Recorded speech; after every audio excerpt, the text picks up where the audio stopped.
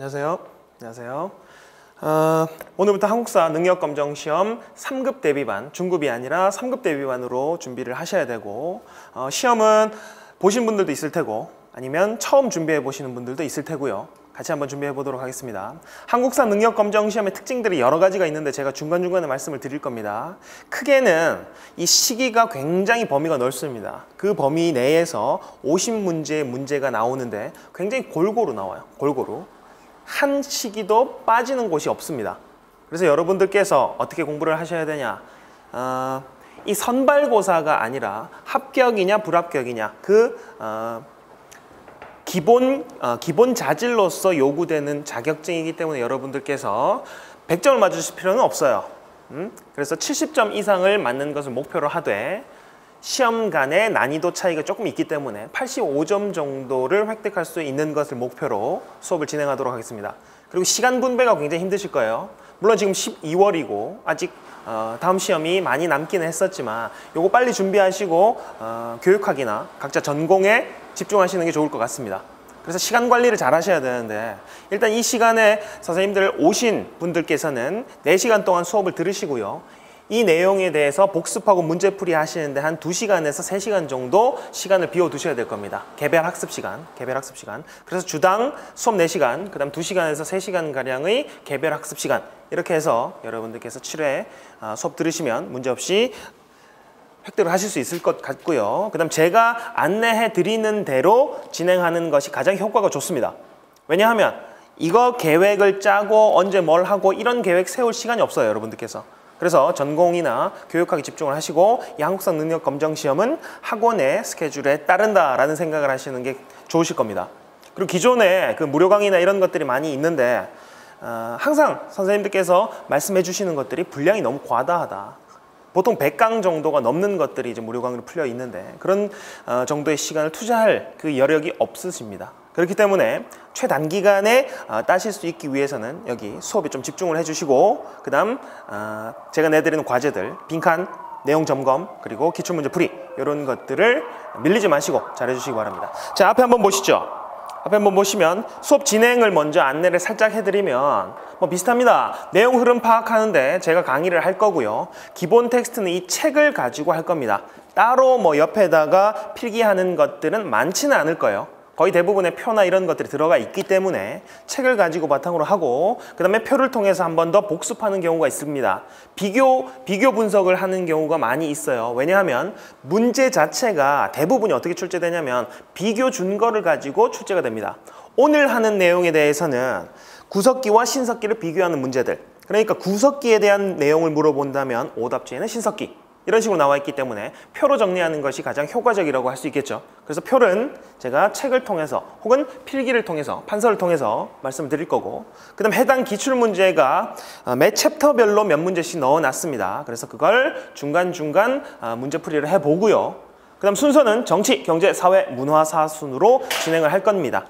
그런데 보통 문화사 문제가 나온다고 해서 앞에 정치나 사회나 경제 같은 부분이 배제되는 건 아니에요.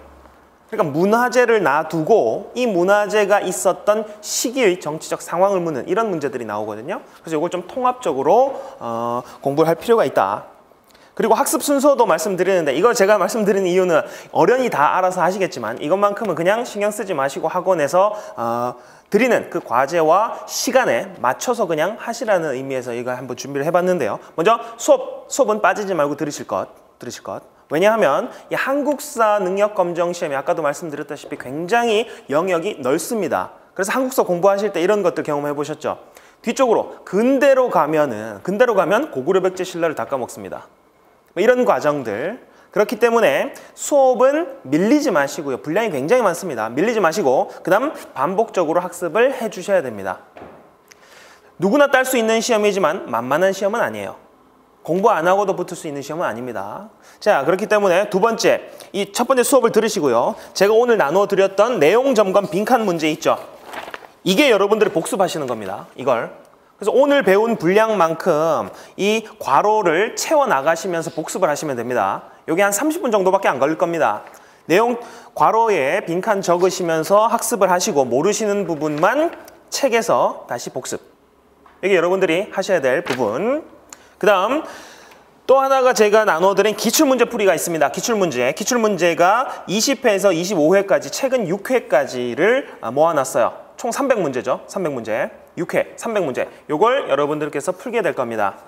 뒤쪽에 보시면은 해설이 들어가 있는데요. 한번 넘겨보시죠. 5쪽 한번 보시면은 정답 해설이 돼 있죠. 5쪽 넘겨보시면 요거 활용을 어떻게 하시냐면 개별 문제를 풀이하시고 그 다음 정답지를 바라보시는데 제가 해답을 어떻게 달아놨는지를 한번 보시죠. 정답이 돼 있고 그 다음 사료 분석, 화살표, 시기 파악되어 있습니다. 대부분의 문제가 사료를 통해서 그 사료가 있던 시기를 파악하는 것이 첫 번째, 그리고 그 시기에 대한 설명을 찾는 것이 바로 문제가 됩니다. 거의 대부분이 그래요. 자, 그래서 이런 순서로 여러분들이 푸시기 바랍니다. 첫 번째는 이 해설 보시고 좀 공부를 하시고 내가 문제 풀 때도 이렇게 풀어야 되겠구나 라는 감을 좀 익히시기 바랍니다. 사료 분석하시면 이러한 것들이 있는데 이게 신석기다. 그러면 그 해당 문제들은 밑에 나와 있습니다. 보기까지 다 분석을 해놨으니 요거는 한 1시간 반 정도면 충분히 진행이 될 겁니다. 그래서 여러분들께서 2시간에서 길으면 한 3시간 정도 개별 복습 시간을 시간표에 넣어두시기 바랍니다. 그러면 자, 계속해서 반복학습에 대해서 얘기를 했었는데 파이널 내용 정리 강의가 인터넷상으로 온라인 강의로 들으실 수 있게끔 5시간 정도 되는 강의를 넣어드릴 겁니다. 그건 언제 보시느냐? 제가 아까 말씀드렸었죠. 근대사까지 가게 되면 앞쪽 내용이 가물가물합니다. 맞죠? 그래서 근대 들어가기 전에 조선이 끝날 즈음 해서 다시 한번 복습할 수 있게끔 5시간 정도의 강의를 넣어드릴 겁니다. 요거는 잘 활용하셔서 반복학습 하시면 됩니다. 아시겠죠? 그리고 수업 들어오면 아까 했었던 복습하는 빈칸 채우기 있죠? 이걸 다음 시간에 복습해 오신 거를 먼저 전 시간 거 복습하고 나서 내용 들어갈 겁니다. 그래서 여러분들께서 내용을 이렇게 제가 말씀드린 대로만 잘 따라오시면은 내용 정리가 한 5번 정도 진행이 되거든요. 그러면 문제없이 진행할 수 있을 거라고 생각을 합니다. 그리고 여러분들께 다시 말씀드리지만 저희가 만점을 목표로 하고 있는 것이 아닙니다. 그래서 가지치기를 조금 할 거예요. 제가 반드시 아셔야 되는 부분들, 반드시 출제되는 부분들, 이 외의 것들 나온 적도 있고 나올 가능성도 있지만 빈도가 굉장히 낮은 것들, 이런 것들은 좀 가지치기를 해서 85점 정도 수준으로 맞춰서 공부 분량을 좀 줄여드리도록 하겠습니다. 됐습니까? 자, 전반적인 틀은 이렇게 진행을 할 거고요. 자, 그러면 이제 본격적으로 오늘 역사 첫 번째 수업 들어가도록 하겠습니다. 책을 한번 펴보도록 하시죠.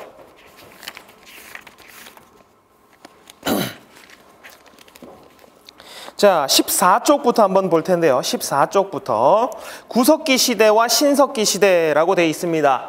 자, 역사를 크게 두 부분으로 한번 나눠보죠. 역사 시기의 구분을 크게 두 부분으로 나눠보면, 자,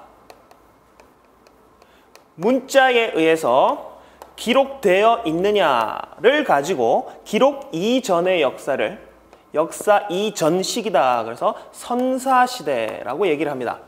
그리고 문자에 의한 기록이 남아있는 시기 이후를 역사시대라고 얘기를 합니다. 자, 선사시대라고 얘기를 하는 시기가 바로 언제냐? 신석기와 구석기가 되겠고, 그 다음 청동기 이후 지금까지의 시점을 역사시대라고 보통 얘기를 합니다.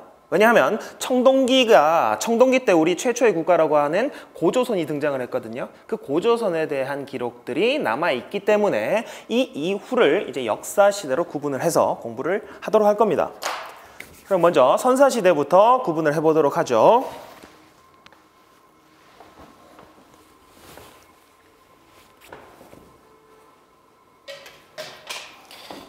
자, 구석기와 신석기인데 여기에 기준이 되는 것들은 도구입니다. 도구를 통해서 한번 비교를 해보도록 하죠. 책을 중심으로 보시는 게 좋을 것 같습니다. 그리고 책에서 제가 언급하지 않는 부분 안 봐도 된다는 내용입니다. 아시겠죠? 그래서 수업 중에 언급하는 내용들은 반드시 밑줄을 쳐넣으시거나 체크를 하시기 바랍니다.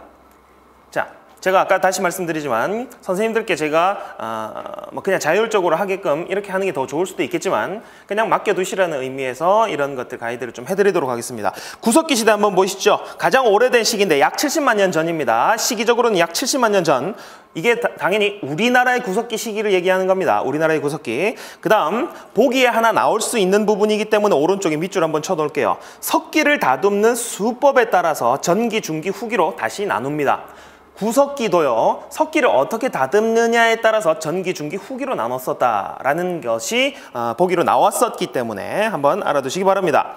그 다음 구석기 때 사용하는 도구는 뗀석기입니다. 떼서 썼다, 떼서 썼다. 굉장히 투박하고 원시적인 방법으로 제작했기 때문에 투박하고 정교한 형태가 아닙니다. 아직까지는 뗀석기. 자, 전기, 중기, 후기 이건 모르셔도 되고요. 밑에 유물 사진만 한번 살펴보도록 하겠습니다. 주먹도끼 딱 봐도 어떻습니까? 굉장히 거친 무늬가 들어가 있죠. 거친 모양들이 들어가 있습니다. 그리고 균열 자체가 일정하지가 않아요. 일정하지 않습니다. 뗀석기라는 뜻이죠. 가로날 도끼, 쓴배지르개, 그 다음 돌날 같은 것들을 그림을 보시고 뗀석기라는 것을 파악해내시고 구석기라는 것을 연결해 주시면 됩니다. 그 다음 3번 보시면 여기서 첫 번째 막히게 됩니다. 여러분들께서 공부하실 때 이 유적지들을 과연 다 외워야 되는 것인가 라는 생각들을 하시기 때문에 그럴 필요는 없습니다. 그럴 필요는 없고요. 거의 대부분의 문제들이 이 유적지를 몰라도 보기의 유사성을 가지고도 문제를 풀 수 있는 문제가 나옵니다. 아시겠죠? 그래도 혹시 모르니까 이거 한번 살펴보도록 하겠습니다.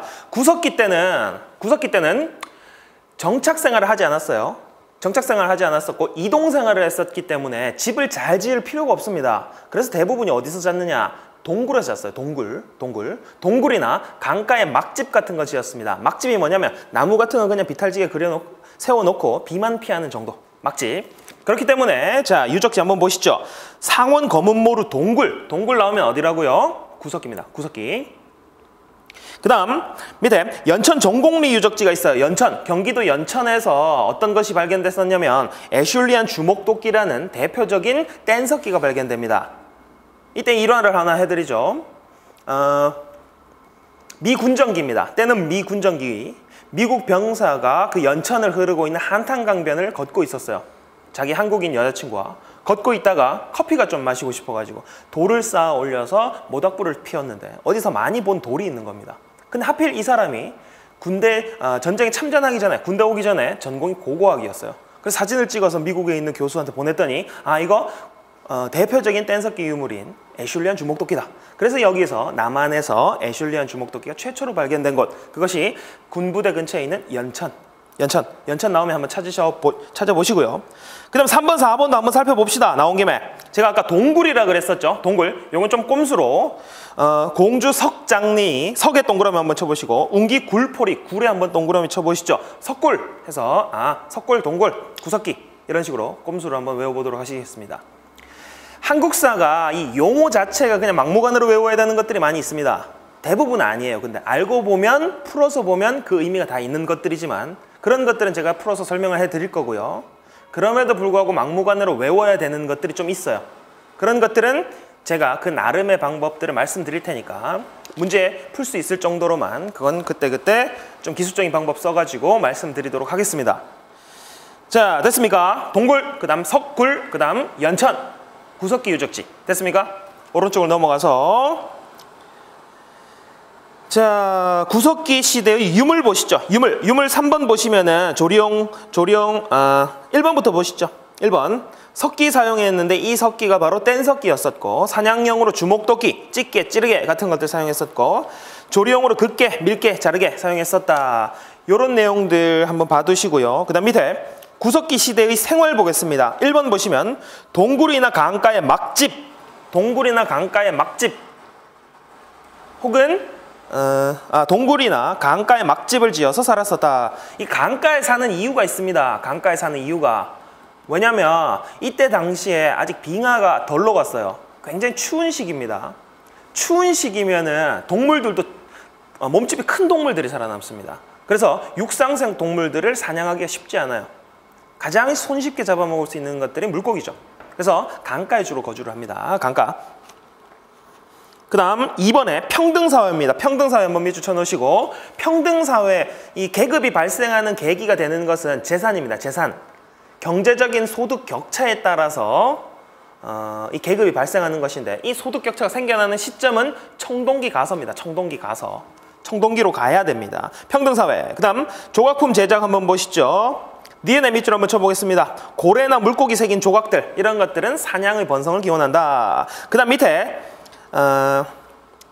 동그라미 4번에서 하나 적어볼까요? 동그라미 4번 해서 하나 적어보겠습니다. 여기 안 들어가 있는데 한번 적어볼게요.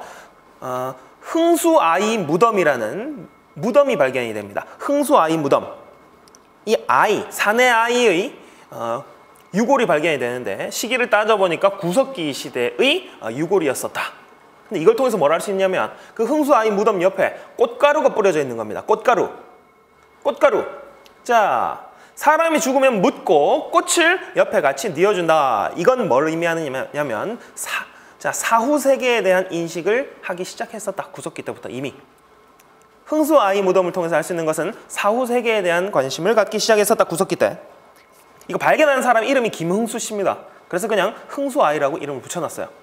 자, 계속 밑으로 내려가서, 자, 구석기 시대까지는 빙하가 덜 녹았다 그랬어요. 그런데 빙하가 녹기 시작하면서 이걸 해빙기 혹은 간빙기라 그럽니다. 빙하가 녹으면서 어떤 동물들이 생겨났냐면, 작은 동물, 몸집이 작은 동물들도 살 수가 있어요. 토끼 같은 애들. 그런데 얘네는 대신 만만하지만 대신 빠릅니다. 빠르기 때문에 얘네를 사냥하기 위해서는 뭐가 필요했느냐? 멀리서 쏠 수 있는 활이나 창이 필요했어요. 그래서 활이나 창 끝에 다는 이 뾰족하고 작은 석기 같은 것들 있죠. 활 끝에 다는 뾰족하고 작은 석기. 요 석기가 나오게 됩니다. 요 석기는 뭐라고 하냐면 자잘한 석기다. 그래서 잔석기라 그러고, 이 잔석기를 사용하던 시기를 중석기 시대라 그럽니다. 중석기 시대. 구석기와 신석기 사이에 있었던 중석기 시대. 자, 중석기 시대 2번에 활과 잔석기, 요거 하나만 알아두시면 되겠습니다.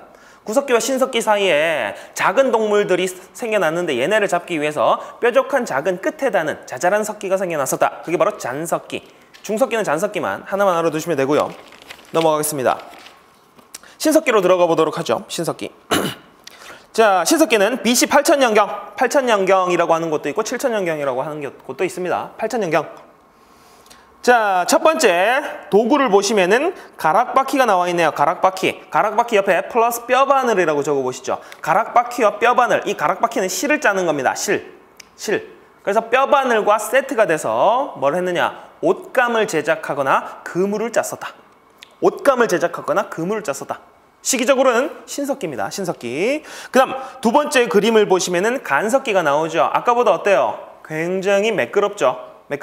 갈아서 만들었다. 간석기. 신석기입니다. 그 다음 오른쪽에 갈석과 갈돌, 이런 것들이 신석기. 그 다음 밑으로 괄호 3번으로 넘어가겠습니다. 괄호 3번으로 넘어가면 산업에서 초기적 형태의 농경과 목축이 시작되었다. 밑줄 쳐놓으시고요. 초기적 형태의 농경과 목축이 시작되었다. 이걸 신석기 혁명이라 그랬었죠. 신석기 혁명. 오른쪽에 화살표 하셔서 이거 한번 적어볼까요? 신석기 혁명이라 그랬었는데, 조피수수 이런 것들만 재배를 할 수 있었습니다. 조피수수. 논 보셨죠? 논. 벼농사 짓는 논. 논은 어떻게 돼 있습니까? 물에 잠겨 있습니다.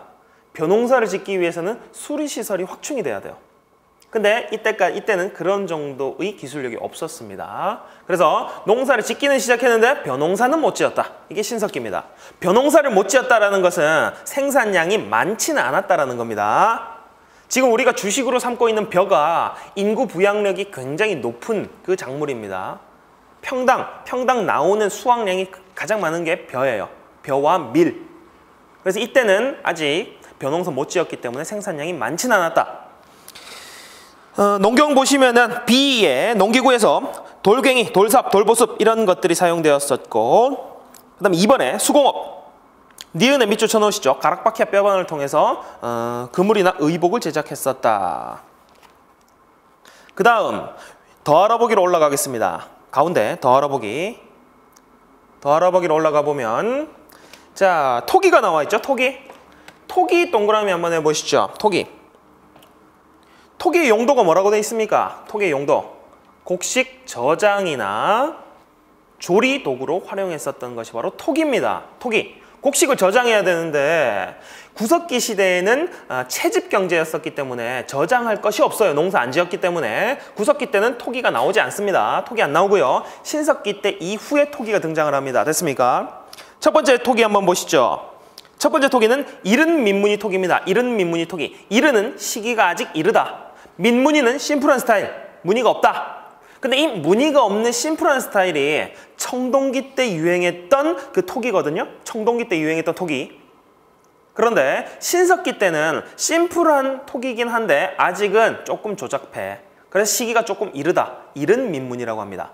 됐습니까? 민무늬는 청동기인데 신석기 때는 이 청동기 때 유행했던 민무늬보다는 조금 조잡한 이른 민무늬. 그 다음 두 번째 있는 것이 덧무늬 토기. 덧무늬 토기. 무늬를 덧댄 것. 그 다음 세 번째 있는 것이 가장 많이 나오는 빗살무늬 토기입니다. 빗살무늬 토기. 바닥이 뾰족하게 돼 있죠? 여기에 뾰족한 바닥에 한번 동그라미 쳐놓으시기 바랍니다. 자, 넘어가서 주거 한번 보시죠. 주거 보시면 이제 정착 생활을 합니다.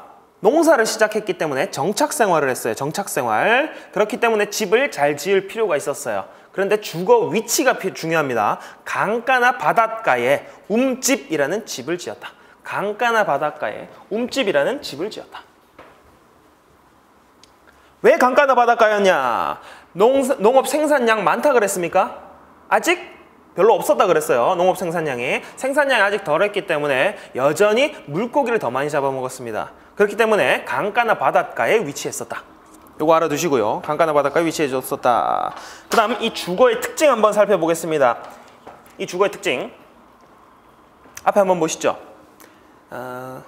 문제가 가장 많이 나오는 유형이 비교 준거를 활용한 문제들입니다. 만약에 신석기 집터에 대한 문제가 나오면 오답지에는 반드시 청동기 집터가 나옵니다. 그게 제일 헷갈리니까요. 아시겠죠? 비교 한번 해봅시다. 자, 신석기의 집터 모습을 보면 먼저 위치는 강가나 바닷가죠. 왜냐하면 어로 활동이 주였었다. 그 다음 움집을 지었었는데 이 움집의 특징들을 살펴보셔야 됩니다. 움집의 특징. 먼저 첫 번째는 반지하입니다. 반지하. 그 다음 원형 바닥을 띄고 있어요.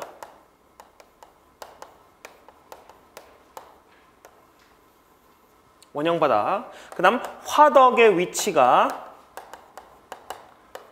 가운데 있습니다. 한가운데. 그 다음 식량이나 등등을 저장하는 저장 구덩이 집 안이나 아니면 문 옆에 위치를 하고 있었습니다. 자, 요거 종합해 보면은 어떤 걸로 얘기할 수 있을까요? 이 시공을 할 때, 이 움집 시공을 할 때 어디에 가장 초점을 뒀다는 겁니까? 땅 파고 들어가면 따뜻하죠? 원형으로 하고 화덕을 가운데 피면은 열 전도가 잘 돼가지고 따뜻하죠. 그 다음 저장 구덩을 갈 때 밖에 있으면 들락날락하면 열 빠져나가잖아요. 그래서 안이나 문 옆에 놔뒀었다. 그래서 신석기 움집의 특징은 보온을 가장 중시했었구나 를 알 수 있습니다. 보온을 가장 중시했었구나. 그래서 여러분들이 이거 다 안 해오시더라도 신석기는 보온 중시했었지만 아시더라도 객관식이기 때문에 풀 수 있습니다. 자, 이따가 청동기 나오면 다시 비교를 하죠. 사회 보시죠. 4번. 사회 보시면 니은에 밑줄 한번 기억에 밑줄 한번 쳐보시죠. C족을 기본 단위로 한다. C족을 기본 단위로 했었고 그 다음 니은에 평등사회입니다. 아직까지는. 계급이 어떻게 발생한다고요? 빈부에 의해서 생겨납니다. 근데 이때까지는 생산량이 많지 않기 때문에 평등합니다. 구석기, 신석기는 평등사회. 공동생산, 공동분배는 됐고요. 밑에 구석기, 신석기 비교를 한번 해봅시다. 그러면 비교할 때 그 포인트들이 있습니다. 도구에서 뗀석기, 그 다음에 신석기는 간석기가 됐었고 그 다음 식생활에서 신석기 때 농경이 시작되었다. 하지만 벼농사는 시작되지 않았다.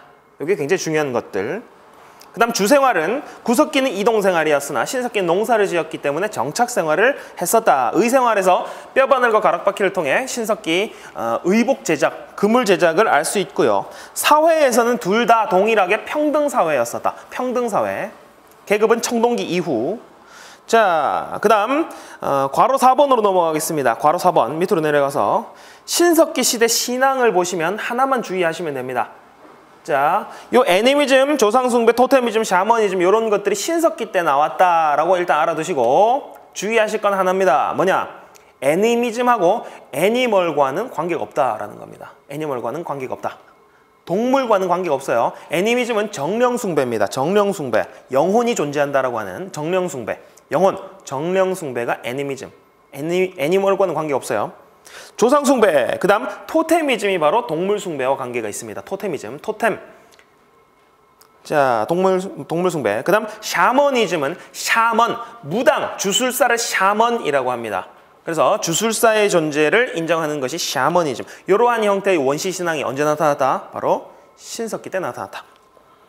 그 다음 밑에 신석기 때 예술품들 한번 보시죠. 오른쪽 그림만 두 개 보겠습니다. 조개 껍데기 가면, 이 대왕조개 구멍 뚫어가지고 조개 껍데기 가면을 썼었죠. 그 다음 오른쪽에 있는 칠해거리, 장신구. 조개 껍데기 가면과 칠해거리 이런 것들이 대표적인 신석기 유물입니다. 넘어가서요. 제가 다시 말씀드리지만 저하고 수업 시간에 보는 부분만 복습을 하시면 됩니다.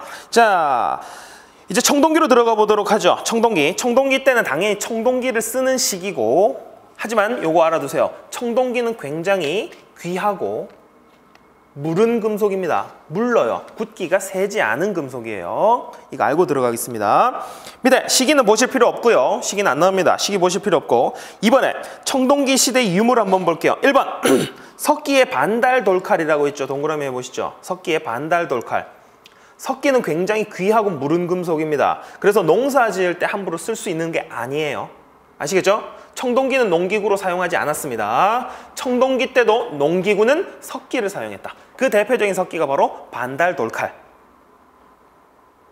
잘 나오는 부분입니다. 그 다음 이번에 청동기가 전해지는데 우리나라에 전래됐던 대표적인 청동기가 바로 비파형 동검입니다. 비파가 중국 악기를 닮은 거예요. 중국 악기를 닮은. 세 번째 그림 한번 보시죠. 자, 중국 악기를 닮은 이 비파형 동검. 그 다음 거친 무늬 거울. 거친 무늬 거울은 격자가 굉장히 거칠게 들어가 있는 거울입니다. 이따가 화면을 통해서 다시 보여드리도록 하겠습니다. 제가 설명을 드리고 화면 통해서 대표적으로 비교할 수 있는 유물, 그림들 비교해 드리도록 할게요. 자, 중국 악기 비파를 닮은 비파형 동검, 그 다음 거친 무늬 거울이 대표적인 청동기 유물이다. 넘어가서요. 여기 위에 있는 그림이 바로 반달 돌칼입니다. 반달 돌칼. 청동기 때 농기구는 돌을 썼다라는 거 핵심적으로 알아두시고요. 토기 보시죠. 토기. 토기. 자, 신석기 때 토기가 대표적으로 두 개만 알아두세요. 신석기 때 토기. 대표적으로 두 개만. 이른 민무늬 토기와 그 다음 빗살무늬 토기가 있었죠. 그리고 빗살무늬 신석기입니다. 빗살무늬 토기에 저희가 바닥이 뾰족한데 동그라미 해놨었죠. 그 이유가 뭐냐? 대부분 이렇게 추정을 합니다. 신석기 거주지가 강가나 바닷가였었기 때문에 고운 모래죠. 그래서 모래 위에 세우기에는 빗살무늬 토기형 같이 바닥이 뾰족한 것이 좋다. 꽂아 놓으면 되니까. 자, 두 개 알아두시고 청동기 토기 봅시다. 청동기 토기 일단 두 번째 나와 있는 민무늬 토기가 있죠. 민무늬 토기. 심플한 스타일 민무늬 토기. 그림과 함께 봐두도록 하겠습니다. 그 다음 위에 있는 미송리식 토기가 있네요. 미송리식 토기. 이 미송리식 토기는 오른쪽 그림만 보겠습니다. 양옆에 손잡이가 있어요. 동그라미 한번 쳐보시죠. 양옆에 손잡이가 있고 주둥이가 벌어져 있는 형태. 이게 지금 미송리식 토기입니다.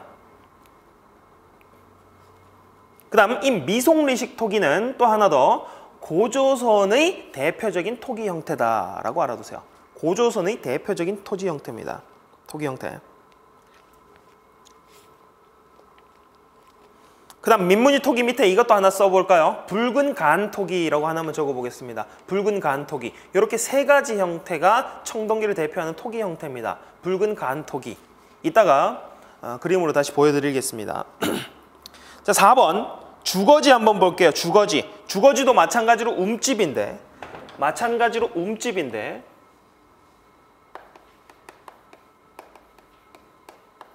농사를 본격적으로 시작했기 때문에 강가나 바닷가에 살지는 않습니다. 강가나 바닷가가 아니라 낮은 언덕인 구릉 지역으로 올라옵니다. 구릉, 낮은 언덕 지역. 그리고 움집을 마찬가지로 지었는데 특징 한번 봅시다. 이제 반지하 생활을 청산하고 지상으로 올라옵니다. 지상 가옥. 그 다음 원형 바닥이 아니라 직사각형 형태입니다. 직사각형 형태. 그 다음 화덕은 가운데 있는 것이 아니라 한쪽 벽면으로 갑니다. 자, 아까 전에 이 신석기 적으셨던데 적는 게 나으실 거예요. 비교를 할 수 있으니. 그 다음 저장구덩은 밖에 위치합니다. 밖에 위치합니다. 자, 아까 신석기 이 움집은 보온이 제일 중요하다고 얘기했었죠. 청동기 움집은 그러면 뭘까요? 아, 이제 따뜻한 건 됐어. 기술력 좋아졌어. 이제 활동 공간을 확보하는 것이 지금으로 따지면 평수를 중시한다는 겁니다. 평수. 지상으로 올라왔어요. 좀 더 확보가 되죠? 그 다음 직사각형 형태가 원형보다는 활동 공간을 확보하기 쉽습니다. 화덕이 한쪽 벽으로 치워졌기 때문에 공간이 확보돼요.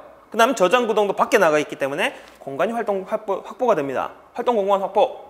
이렇게 큰 틀로 두 개 구분해 두시면 될 것 같습니다. 자, 계속 보시죠.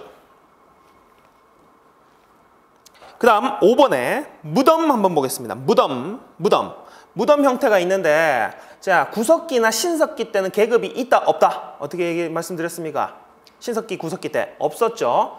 평등사회였습니다. 청동기 때부터 벼농사를 본격적으로 지으면서 계급이 발생합니다. 사유재산이 생겨나고 빈부가 생겨나면서 계급이 발생해요.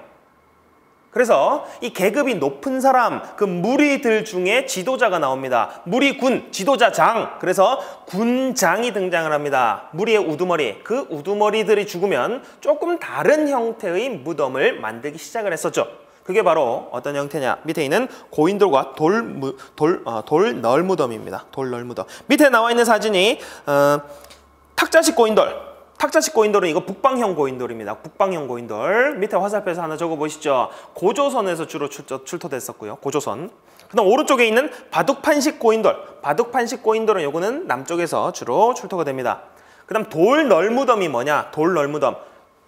널판지 아시죠? 널판지. 널뛰기 하는 거. 평평한 것을 널이라 그럽니다. 평평한 나무 널. 근데 그걸 나무로 만든 평평한 것이 아니라 돌로 만든 평평한 것으로 사방을 깔고 그 안에 사람을 묻는 형태. 왜? 시신 훼손을 막기 위해서 동물들이 파헤치지 못하게 평평한 돌 널을 깔은 형태로 무덤을 만든다. 그게 돌널무덤입니다.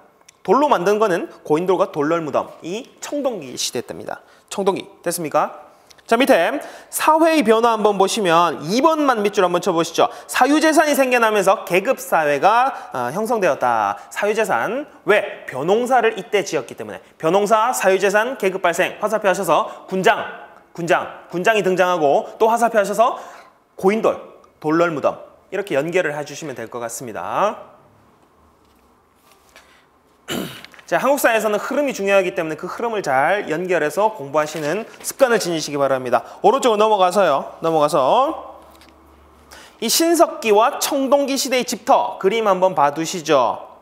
그림만 한번 보겠습니다. 좌측에 있는 것이 원형이고 반지하로 들어갔고 그 다음 가운데 화덕이 있는 모습 확인하셨습니까? 신석기죠. 오른쪽에 직사각형 형태고 지상으로 올라온 형태. 이게 뭡니까? 바로 청동기 시대의 움집터입니다.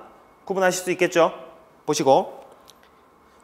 자, 밑에 초기 철기 시대로 한번 들어가 보도록 하겠습니다. 초기 철기. 왜 초기 철기라고 제가 붙여놨냐면 지금도 가장 많이 쓰이는 금속이 철기입니다. 그래서 도구로만 따지면 지금도 철기예요. 그래서 이 청동기 바로 직후에 나타난 이 시기를 초기 철기라고 얘기를 하겠습니다. 계속 밑에 보시면 철기 사용, 동그라미 1번 보시면 철제 농기구를 사용했었다. 청동기 때는 청동기 안 썼죠. 농사 지을 때. 철기 때는 철제 농기구 사용합니다. 그 다음 2번에 철제 무기나 도구가 사용됩니다. 묶어서 오른쪽으로 화살표 한번 해보시죠. 이 두 개, 동그라미 1번, 2번을 묶으셔서 오른쪽으로 화살표 한번 해보시죠. 철제 농기구를 사용하니까 생산량이 늘었죠. 그리고 무기를 사용하니까 전쟁이 늡니다. 정복전쟁이. 그래서 어떻게 되느냐? 많은 국가들이 형성이 됩니다.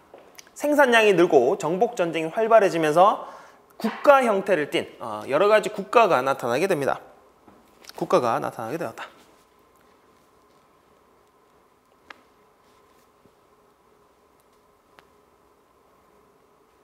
그 다음 오른쪽 페이지, 오른쪽으로 넘어가서 초기 철기입니다. 시기를 잘 보셔야 돼요. 문제 풀 때 첫 번째 파악해야 되는 부분은 철기입니다.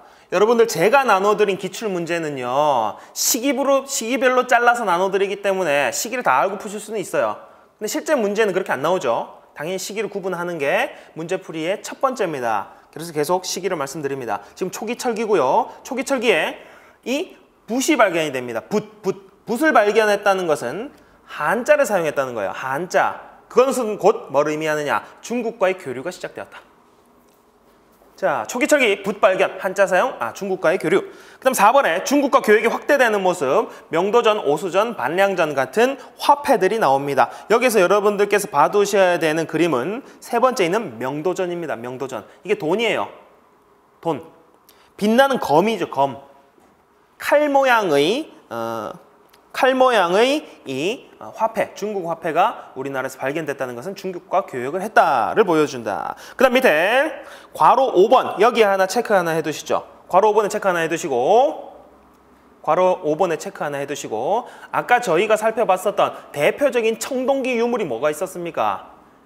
비파형 동검과 청동기 유물이 그 다음 거친 무늬 거울이었었죠. 근데 이게 우리나라 한반도로 들어와서 한반도 스타일로 소화된 시기는 철기입니다. 철기 때예요. 청동기가 들어와서 청동기 때 이게 우리 스타일로 형성된 것이 내면화된 시기는 초기 철기입니다. 무슨 말인지 아시겠죠? 자, 그래서 초기 철기에 독자적인 한반도의 청동기들이 나오기 시작합니다. 밑에 줘보시죠. 독자적인 한반도의 청동기는 초기 철기에 나옵니다. 시기가 지나서 내면화된 거죠. 그게 뭐다? 바로 이 밑에 있는 세형 동검입니다. 비파형 동검은 중국 악기 비파를 닮아가지고 약간 곡선을 강조해 놨습니다. 그런데 이 세형 동검은 실용성을 강조한 거예요. 실용성. 그래서 세형 동검이 한반도 스타일, 시기로 따지면 초기 철기.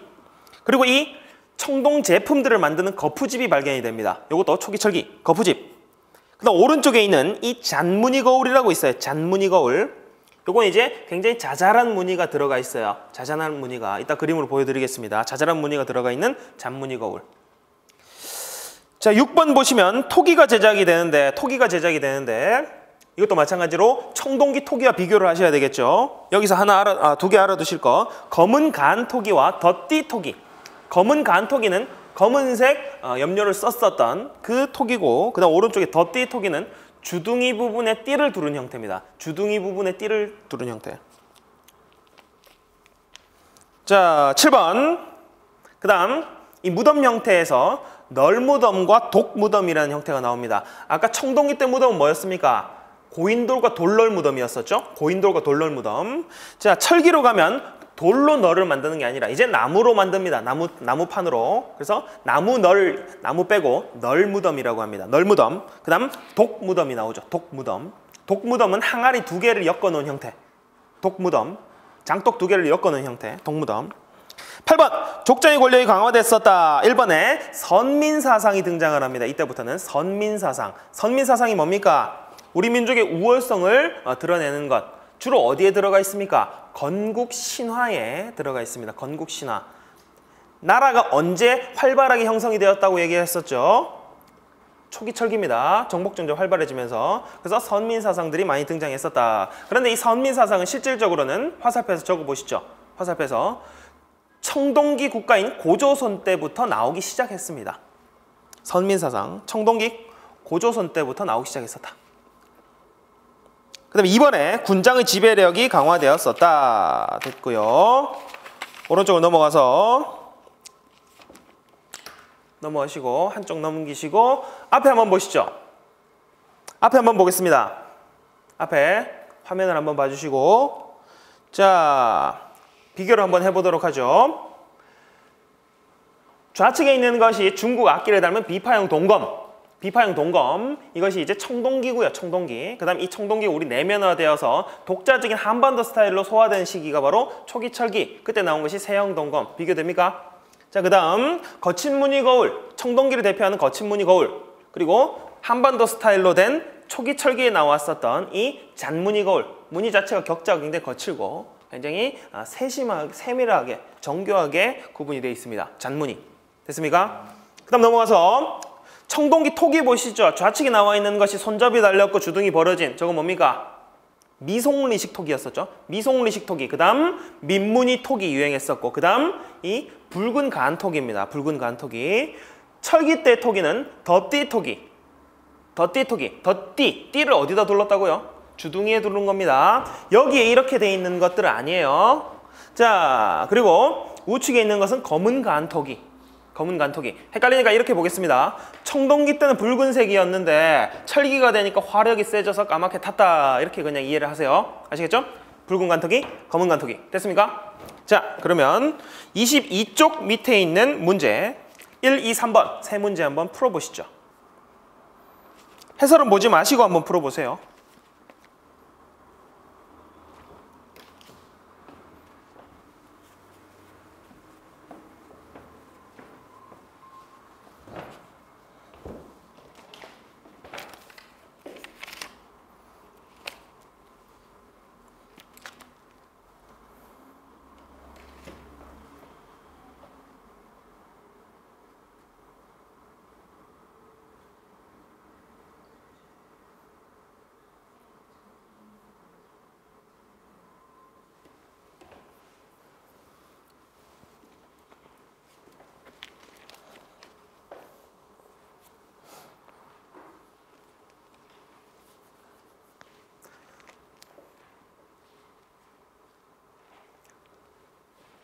덧띠 토기는 주둥이에 두른 거라고 말씀드렸습니다. 그럼 모르더라도 풀 수 있죠? 둘 중에 하나만 알아도 풀 수 있는 문제입니다.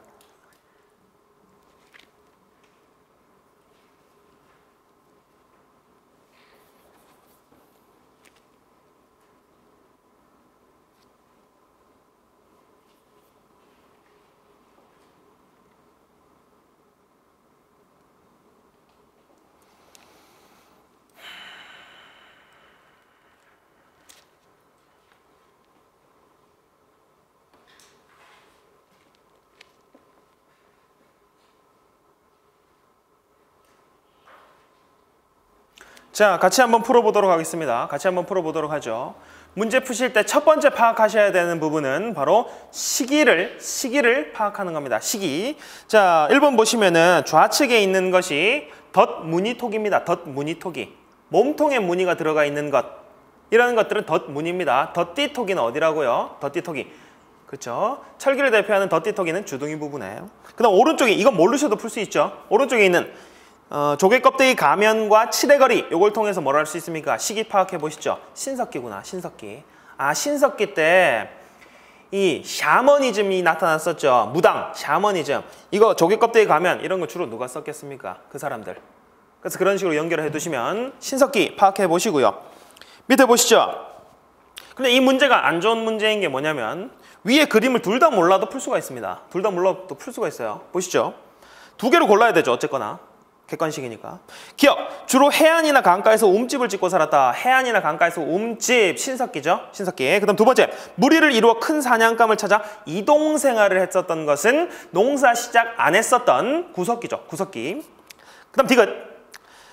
문제 푸실 때도 옆에다가 뭐 신, 구 이렇게 적으시면서 하세요. 실수로 꼭 한 문제씩 틀립니다. 옷이 문제가 되기 때문에. 디귿. 옷이나 그물 제작과 같은 원시적인 수공업 생산. 자, 가락바퀴와 뼈반을 통해서 원시적인 이 수공업 생산을 했었다. 이거 신석기죠. 신.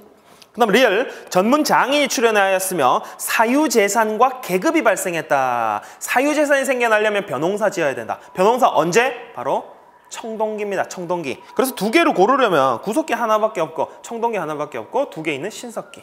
됐습니까? 별로 좋은 문제는 아니죠. 문제 풀기에는 수월하죠. 대신. 오른쪽으로 넘어가서 2번에 보기 집터에서 발굴된 유물로 옳은 것은 집터 보니까 우리는 사진만 봐도 알 수 있습니다. 반지하이고 원형이고 화덕이 가운데 있다. 이건 곧 신석기를 의미하네요. 신석기. 신석기. 좌측에 설명을 봐도 강가나 바닷가에 위치한다. 요거 신석기네요. 밑에 보시면 주목도끼. 주목도끼는 무늬를 보세요. 그림을 보세요. 굉장히 투박하죠. 떼서 썼다. 정교하게 갈아서 쓴 게 아니라 떼내서 썼다. 이거 뗀석기네요. 구석기. 그 다음에 2번 청동거울, 4번 민문이 토기, 농경문이 청동기. 이런 것들은 다 언제입니까? 청동기입니다. 청동기. 그 다음 3번이 이제 간석기, 신석기네요. 간석기니까 3번이 신석기 대 간석기고. 3번 시기 파악부터 해봅시다. 좌측에 있는 것이 뭡니까? 중국 악기 비파를 닮은 비파형 동검이네요. 비파형 동검. 그러니 청동기네요. 청동기. 청동기 뜻값 고르시면 됩니다. 기억 돌무지 덧 널무덤. 돌무지 덧 널무덤. 아직 안 배웠네요. 아직 안 배웠으니까 넘기겠습니다. 사실 돌무지 덧 널무덤은 요거 신라 시대의 대표적인 무덤 양식입니다. 신라 시대의 대표적인 무덤 양식인데 뒤에서 다시 하겠습니다. 신라 할 때. 안 배운 거 넘어가세요. 그래서 여러분들께서 뒷시기를 공부를 하시면 문제 풀기가 조금 더 수월합니다. 왜냐하면 오답지까지도 우리가 파악을 해낼 수 있기 때문에. 자, 니은 미송리식 토기. 미송리식 토기 하면 청동기 대표적인 토기였었네요. 디귿 철로 만든 농기구. 청동기 때는 농기구 뭐 사용했었다? 돌로 사용했습니다. 돌, 반달 돌칼.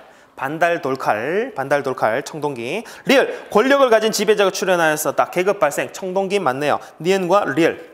됐습니까? 자, 넘어가서 고조선 역사 한번 들어가 보도록 하죠. 고조선. 자, 고조선에서 나올 수 있는 것들이 몇 가지가 됩니다. 몇 가지가 돼요. 한 4가지 정도로 축소를 해볼 수가 있는데 첫 번째는 바로 단군 신화를 통해서 알아보는 겁니다. 단군 신화 보시죠. 내용은 아시니까 그냥 넘어가고요. 동그라미 1번부터 한번 살펴보겠습니다. 환인과 환웅이 있다. 하늘의 자손이다. 하늘의 자손이다. 우리가 하늘의 자손이죠. 그건 뭘 의미한다? 선민사상, 선민의식을 나타낸다. 선민사상 혹은 선민의식을 나타낸다. 밑에 2번 인간 세계를 널리 이롭게 하다는 홍익인간 이념을 나타내고 있고 풍백우사, 운사, 자 바람, 구름, 비를 데리고 왔었다라는 것은 농경과의 연관성을 볼 수 있네요. 그리고 우리나라가 농경사회라는 것. 그 다음 4번 곰과 호랑이가 쑥과 마늘을 먹고 37일 21일 동안 쑥과 마늘을 먹고 버티다가 곰이 결국 승리를 했었죠. 그건 곧 뭐다? 곰을 숭배하던 곰 토템을 지니고 있었던 부족이 살아남았다라는 겁니다.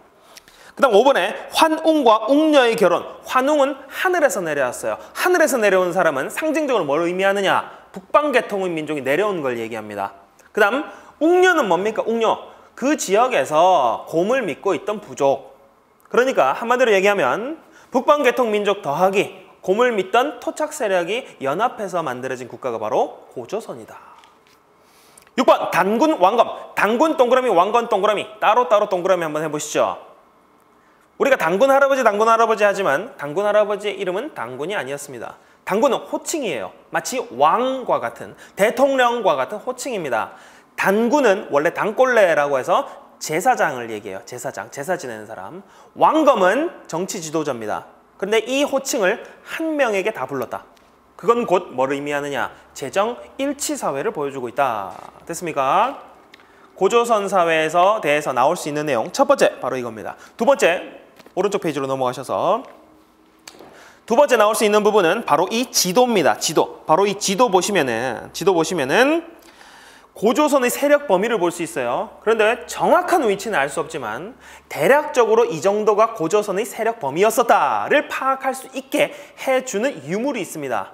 이 유물들이 출토되는 영역까지는 고조선의 영역이다. 왜? 이 유물이 고조선에서 유행했었기 때문에. 그 유물이 뭐냐? 첫 번째, 2번에 기억, 고인돌입니다. 고인돌. 특히 북방식 고인돌이에요. 다리가 긴 북방식 고인돌. 그 다음 니은 미송리식 토기입니다. 손잡이가 옆에 있고 주둥이가 벌어진 형태, 미송리식 토기. 그 다음 디귿, 비파형 동검. 이런 것들이 출토되는 유물의 범위와 고조선의 영역이 거의 일치하더라. 됐습니까? 오답지에 만약에 뭐라고 나와 있겠습니까? 비파형 동검이 있으니까 오답지에는 헷갈리게 세형 동검 이런 거 넣어놓는단 말이에요. 아시겠죠? 세형 동검 언제 나왔습니까? 초기철기죠. 초기철기. 자, 이게 두 번째 나오는 내용입니다. 이런 것들이 복합적으로 나올 겁니다. 그 다음 넘어가서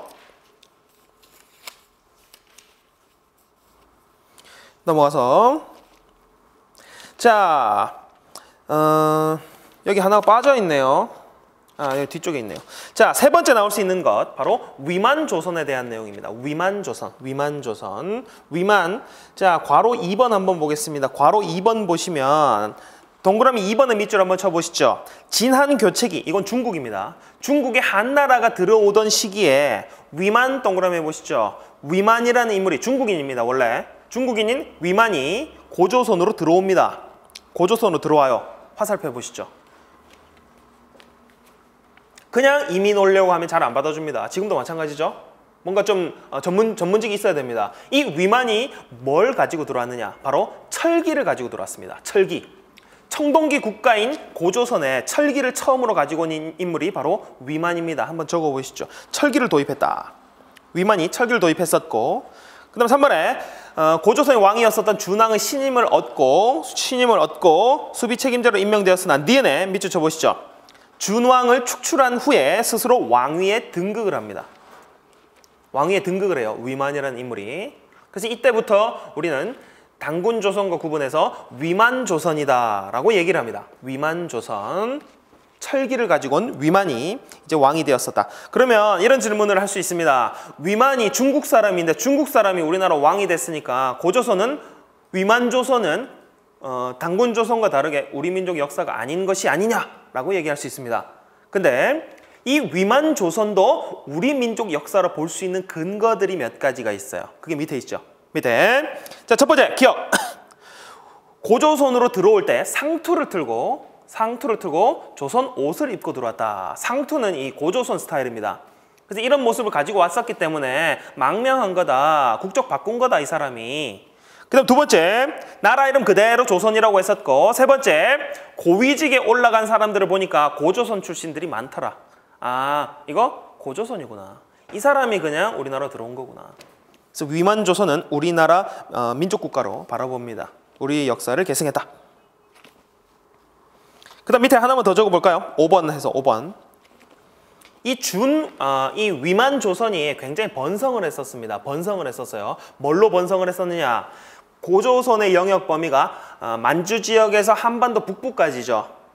자, 그런데 이 고조선의 북쪽에는 중국이 있었고 고조선의 남쪽에는 진이라는 정치체가 있었습니다. 우리 한반도 남쪽에. 이 두 세력을 연결하는 중개무역을 했어요. 하나 적어보시죠. 위만조선이 번성한 이유가 바로 중개무역을 통해서였습니다. 중개무역을 통해서 번성했었다. 자, 다시 위만조선에서 나올 수 있는 부분. 첫 번째는 중국에서 건너온 사람이긴 하지만 우리 민족 역사로 볼 수 있다. 그 근거, 상투 등등등.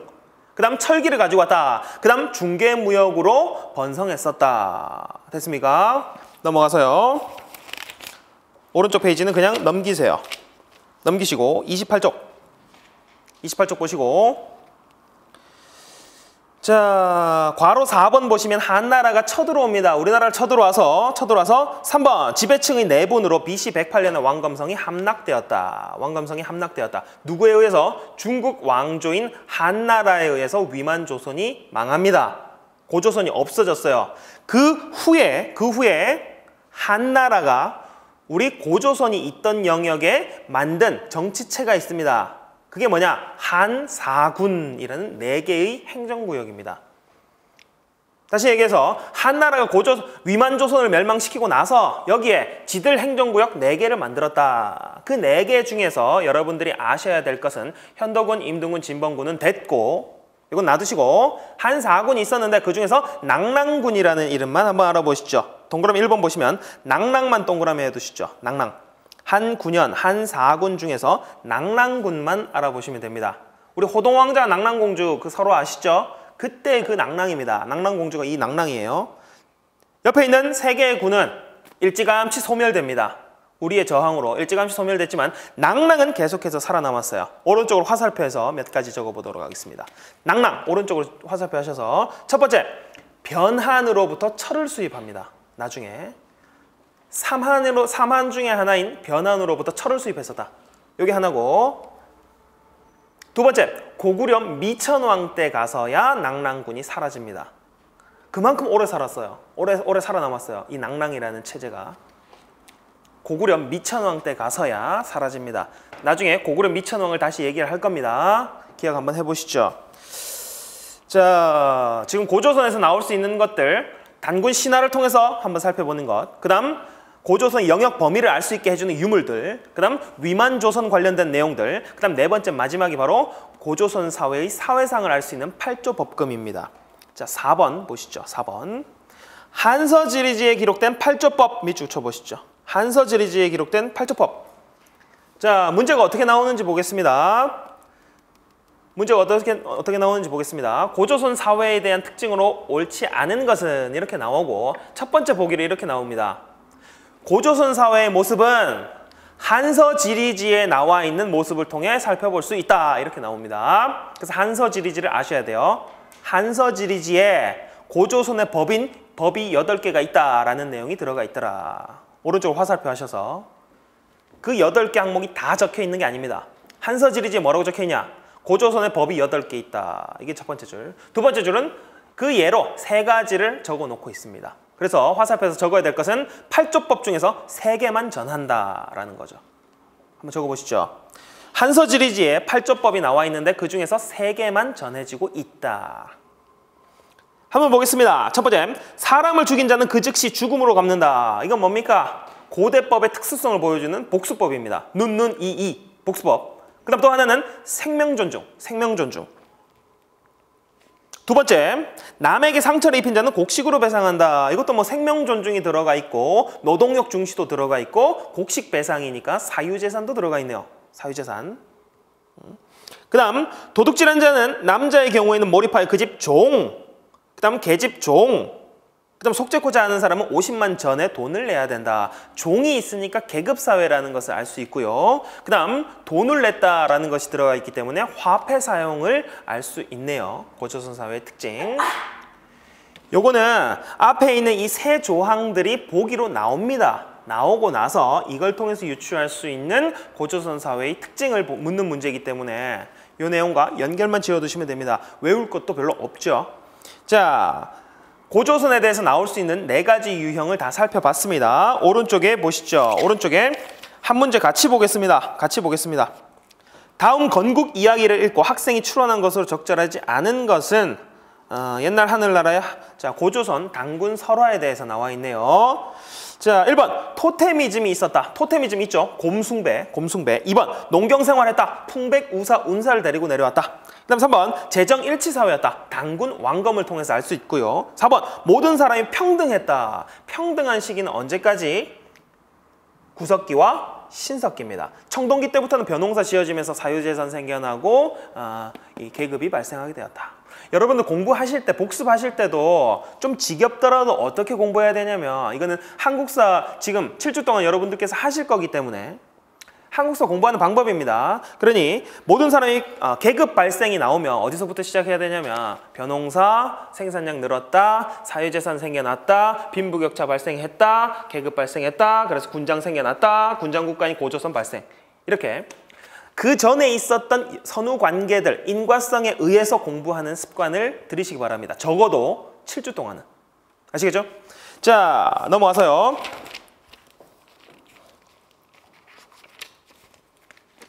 그리고 비단 이 한국사 능력 검정 시험뿐만이 아니더라도 여러분들께서 교육학 하실 때도 교육 역사 나오죠. 교육사 관련해서도 공부하실 때 이 인과성을 바탕으로 좀 하셔야 됩니다.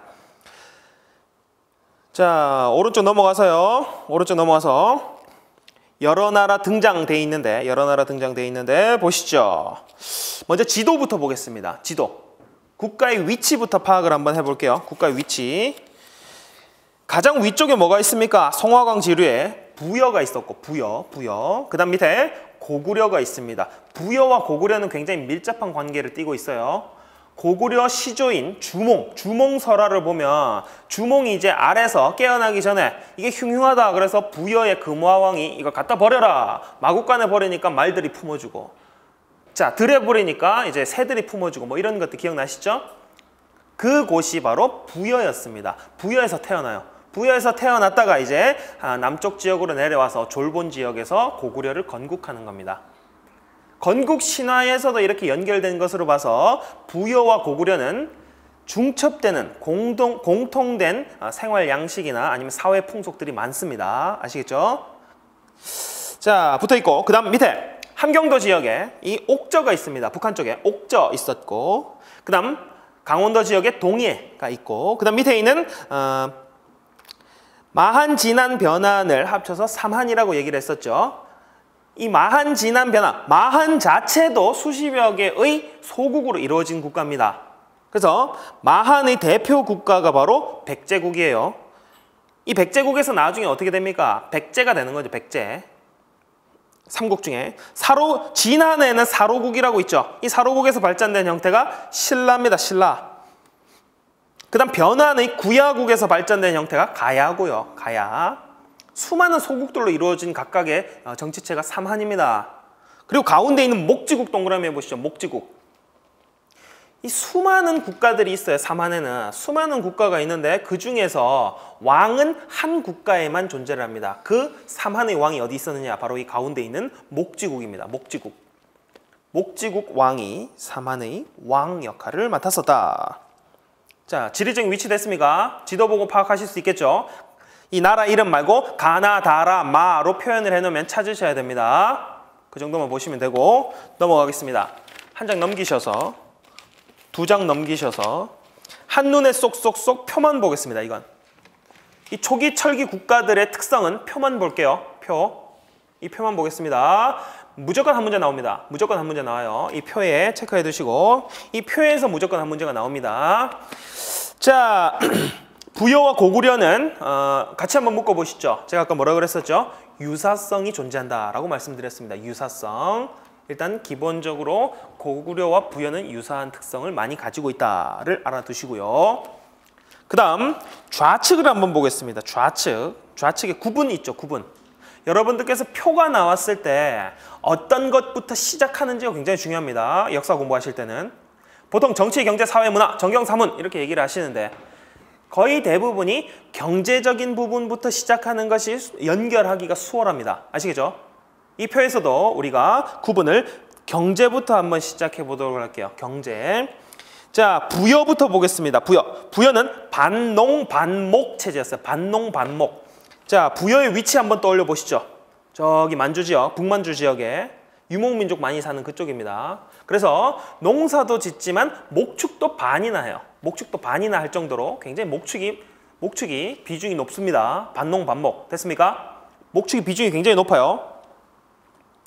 자, 목축이 굉장히 비중이 높습니다. 그래서 정치로 넘어가 보죠. 정치로 넘어가서 목축이 비중이 높다라는 걸 알고 정치로 넘어가서 얼마나 목축이 비중이 높냐면 마을 이름을 정할 때도 그 지역의 특산물 가축 이름을 따서 마을 이름을 짓습니다. 그게 바로 뭐냐? 여기 나와 있는 구가, 저가, 우가, 마가 이런 애들입니다. 마가는 말 키우는 마을이죠.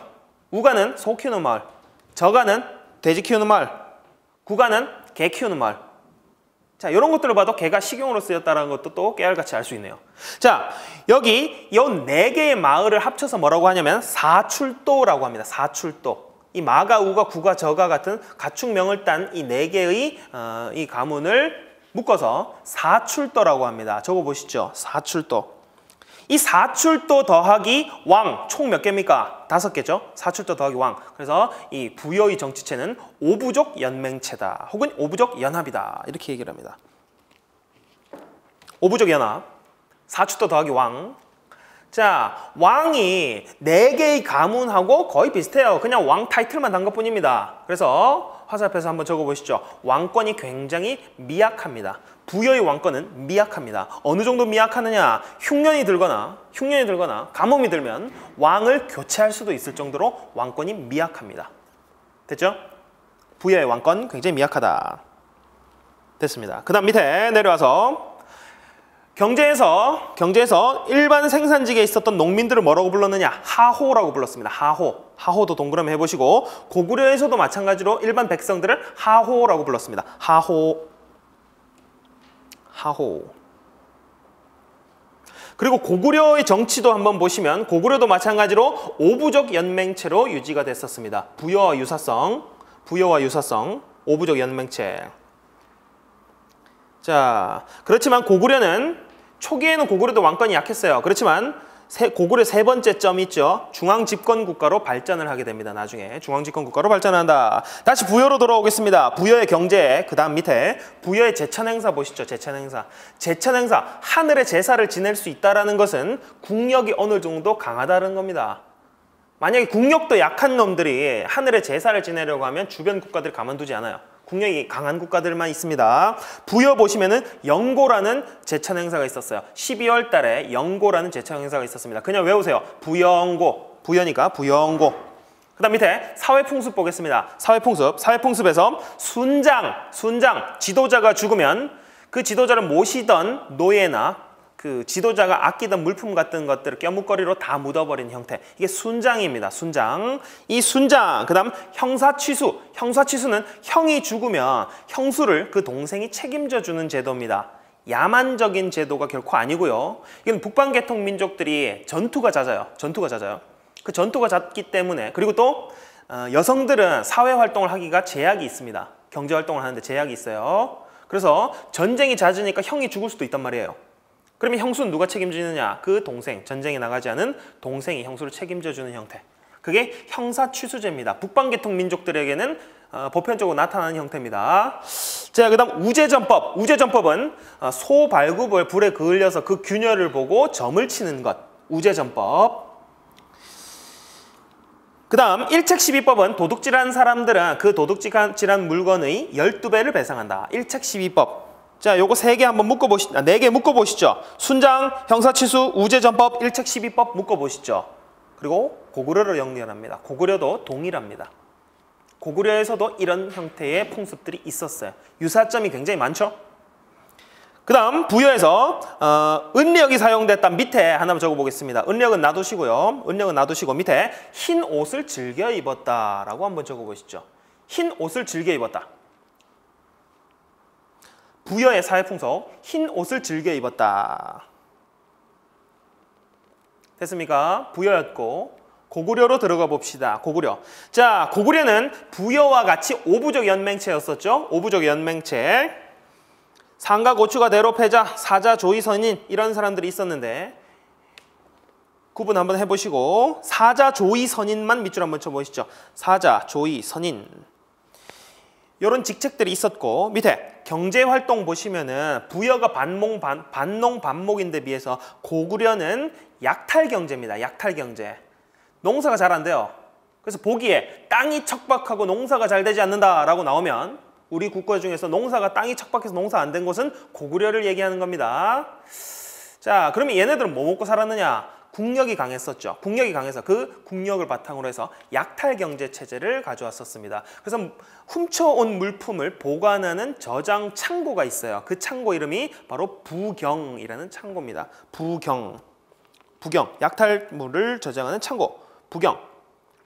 그 다음 일반 백성은 하호라고 불렸었고 부여와 마찬가지로 제천행사, 동맹이라는 제천행사가 10월 달에 있었습니다. 동맹이라는 제천행사. 그냥 외웁시다. 고구려는 용맹하죠. 굉장히. 그래서 동맹.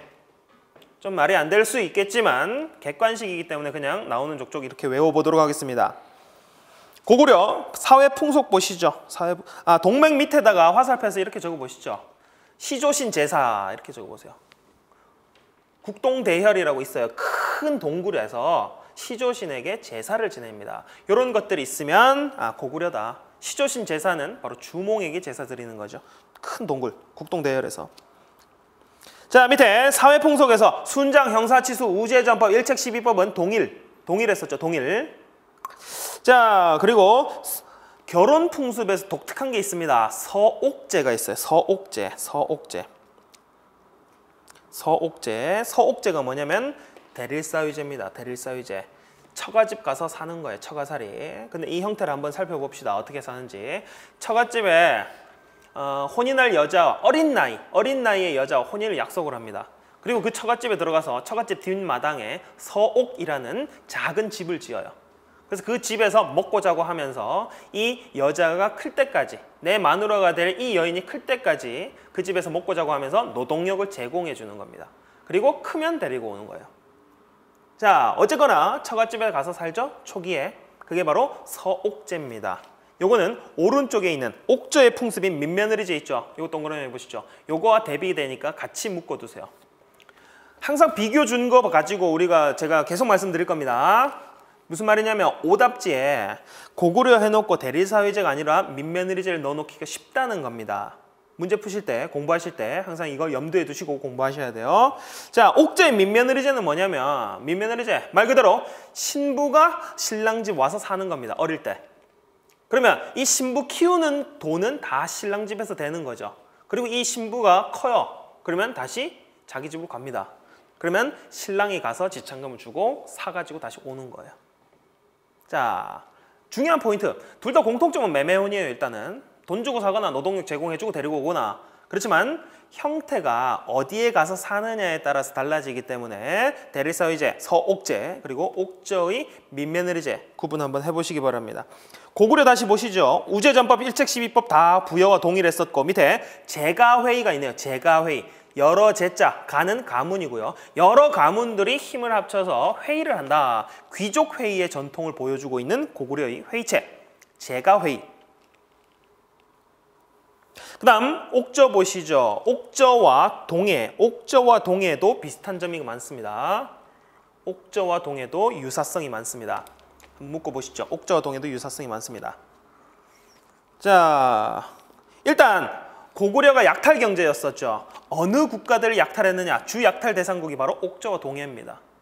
그 중에서 누구를 더 약탈 많이 했었을까요?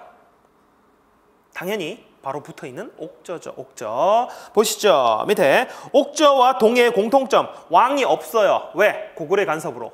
왕이 등장할 수가 없습니다. 니네가 무슨 왕이니? 날 섬겨라. 자, 그 대신 정치 지도자는 있습니다. 읍군 삼로라고 하는 정치 지도자는 있어요. 읍군 삼로. 요거 밑줄 쳐놓으시고 읍군 삼로.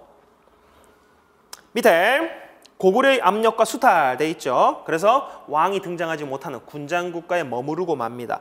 경제 보시죠. 경제에서는 옥저에서는 소금과 어물, 오곡이 풍부하다. 하지만 고구려에 많이 공납을 했었고 동해에, 요거 중요합니다. 잘 나옵니다. 동해에는 3대 특산물이 있습니다. 3대 특산물.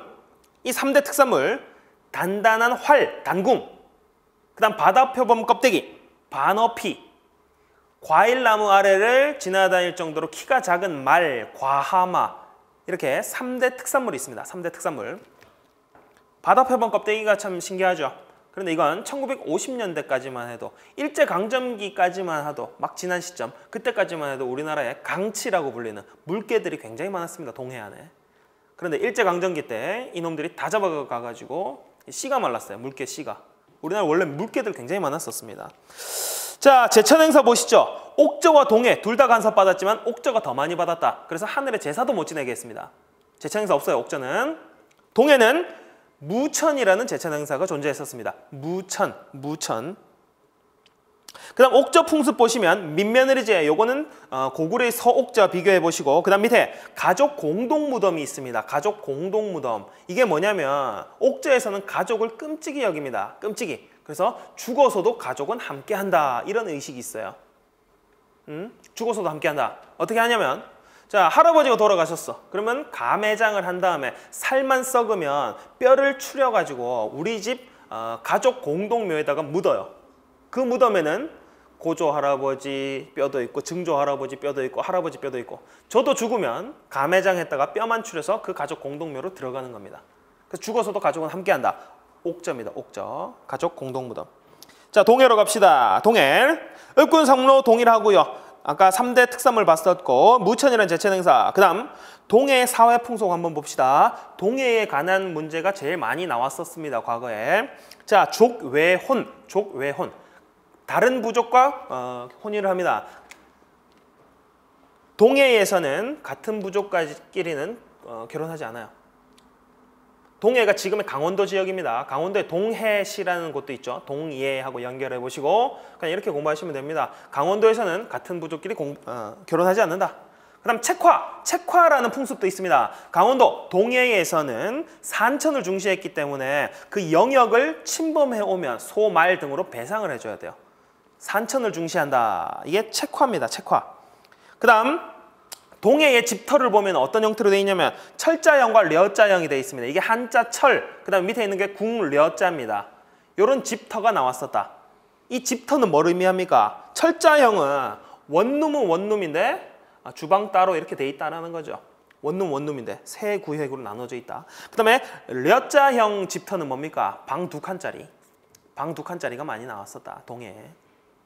됐습니까? 문제 푸시면서 비교해 보셔야 돼요. 다시. 자, 오른쪽 삼한 가보시죠. 삼한. 삼한은 마한, 진한, 변한의 연합이었었고, 그 다음 정치에서 보시면 이 중에서 수많은 소국 가운데서 왕이 있는 곳이 어디였습니까? 마한의 목지국. 아까 위치 파악해 보셨죠? 마한의 목지국에 왕이 존재했었다. 그 다음 정치 지도자는 4개 나와 있는데 2개만 보겠습니다. 신지, 읍차 이 2개만 나옵니다. 신지 혹은 읍차라고 하는 정치 지도자가 존재했었다. 신지, 읍차. 경제 보시죠. 경제. 남쪽이기 때문에 이 벼농사가 많이 발달했었고 벼농사를 짓기 위해서는 저수지가 축조되어야 합니다. 저수지 축조. 그 다음 변안에서는 철을 수출했다. 화살표 해보시죠. 어디에 철을 수출했느냐? 아까 우리 기억나십니까? 어디에 철을 수출했다고 말씀드렸는지? 낭랑이었었죠. 낭랑. 그래서 변안에서 철을 수출한 곳은 외와 낭랑이었습니다. 외와 낭랑. 외와 낭랑에 철을 수출했었다. 그 다음 제천행사 보시죠. 5월제와 10월제, 5월 수린날과 10월 계절제가 있었습니다. 5월 수린날은 나중에 뭐가 되느냐? 이제 단오가 되겠죠. 단오. 그 다음 10월 계절제는 추수가 되겠고. 자, 사회풍속 보시면은 소도라는 공간이 있습니다. 소도라는 공간은 이 제사를 지내는 공간이에요. 제사를 지내는 공간. 이 공간을 장악하고 있는 사람이 제사장인데 천군, 하늘의 지도자. 저거 보시죠. 천군이라는 제사장이 다스리는 곳이 바로 소도입니다. 소도. 천군이라는 제사장이 다스리는 곳이 소도입니다. 천군. 이 소도를 통해서 뭘 할 수 있느냐? 이곳은 왕이라고 하더라도 함부로 못 들어갑니다. 도둑놈이 그쪽으로 들어가면 왕도 그쪽으로 잡으러 못 들어가요. 그만큼 제사와 정치가 분리되어 있다. 사마는 재정분리사회입니다. 재정분리사회. 소도를 통해서 재정분리사회라는 것을 알 수 있고, 밑에 두레는 이거 같이 상부상조하는 거, 이건 벼농사가 발달돼 있으니까 당연한 거고, 오른쪽에 귀틀집이 뭐냐? 귀틀집은 이 통나무집인데요. 통나무 이렇게 쌓아 올린 형태 있죠. 통나무집으로 이렇게 쌓아 올린 형태. 이 귀틀집이 사만의 대표적인 형태. 그 다음 큰 새의 깃털을 이용한 후장이 있었고, 큰 새의 깃털. 그리고 우리 솥대라고 하죠. 솥대. 긴 대에 기러기가 달려있는 그 솥대도 이 사만에서 유행을 했었습니다. 사만. 자, 됐습니까? 이 옥저와 동해 그리고 사만과 비교했을 때 많이 헷갈리는 부분이 있어요. 뭐냐? 정치 지도자 이름이 헷갈립니다. 같이 한번 비교를 해보시죠. 옥조 동해의 정치 지도자는 읍군삼로입니다. 읍군삼로. 이렇게 2개가 무조건 나오고, 사만에서는 신지읍차 이렇게 나옵니다. 근데 이게 헷갈려요. 2개가. 어떻게 외우느냐? 사만에는 제사장을 뭐라고 불렀었습니까? 제사장. 천군이라고 불렀었죠. 그래서 군이라는 명칭을 가진 사람이 제사장이 이미 있기 때문에 삼하는 정치 지도자는 군으로 끝나지 않는다. 이렇게 알아두세요. 됐습니까? 객관식입니다. 객관식인 것을 활용해서 군이 들어가는 게 옥조 동해도 있고 사만도 있는데, 사만은 제사장에게 천군이라고 붙였고, 옥조 동해는 읍군삼로, 정치 지도자에게 군을 붙였다. 나머지 하나는 신지읍차. 나머지는 안 나오니까. 됐습니까? 자, 오른쪽 페이지에 있는 2문제 풀어보시죠.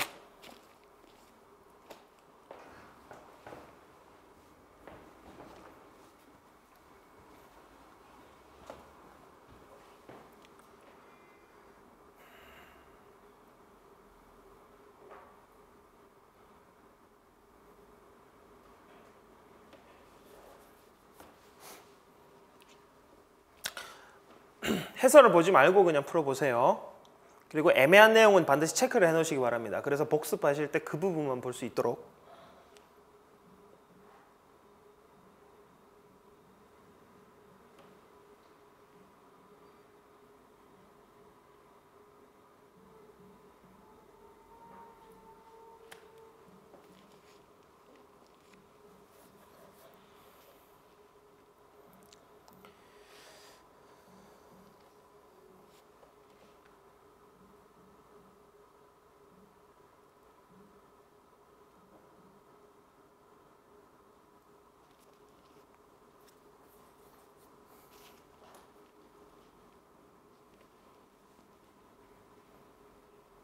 자, 같이 풀어봅시다. 1번에 이 나라는 쭉 나와 있고 세 번째 줄에 밑줄 한번 쳐볼게요. 세 번째 줄. 근엄하고 후덕하여 다른 나라를 노략질하지 않았다. 밑줄 한번 쳐보시고, 요거는 중국 측 기록입니다. 중국 측 기록인데 이 기록이 누구와 상반되는 기록이냐면 고구려와 상반되는 기록입니다. 고구려와 상반되는 기록. 고구려에게는 어떻게 기록하고 있느냐? 중국 애들이, 중국 사서에서 고구려는 약탈을 즐기고 사람들이 사납고 싸움을 즐긴다, 험악하다 이렇게 돼 있습니다. 그게 무슨 말입니까? 고구려는 중국이 조공바쳐 하면 싸우자 이렇게 나왔었고, 부여는 상대적으로 말을 잘 들었다 이런 얘기입니다. 그래서 부여 사람 굉장히 착하다라고 적어놨었어요.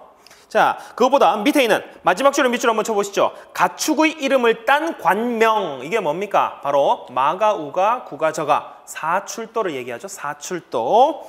자, 1번 소도라고 불리는 벼릅이 있었다. 소도는 천군이 다스리는 제사 지내는 곳, 삼한이었었죠. 그 다음에 2번 단궁, 과하마, 반어피, 동해의 3대 특산물이네요. 동해. 그 다음 3번 별도의 행정구역인 사출도 맞죠? 부여입니다. 부여. 부여의 사출도를 얘기하고 있는 것.